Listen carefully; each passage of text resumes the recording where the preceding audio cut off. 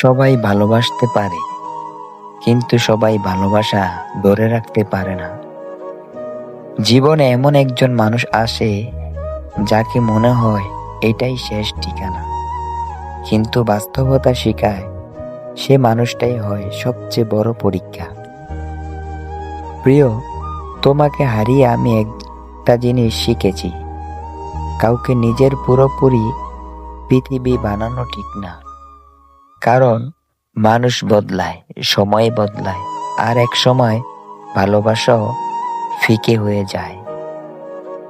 তাই শোনো, যাকে ভালোবাসো তাকে মূল্য দাও, কিন্তু নিজের সম্মান হারিয়ে না। কারণ কষ্ট একবার অভ্যাস হয়ে গেলে মানুষ হাসতেও ভুলে যায়। আর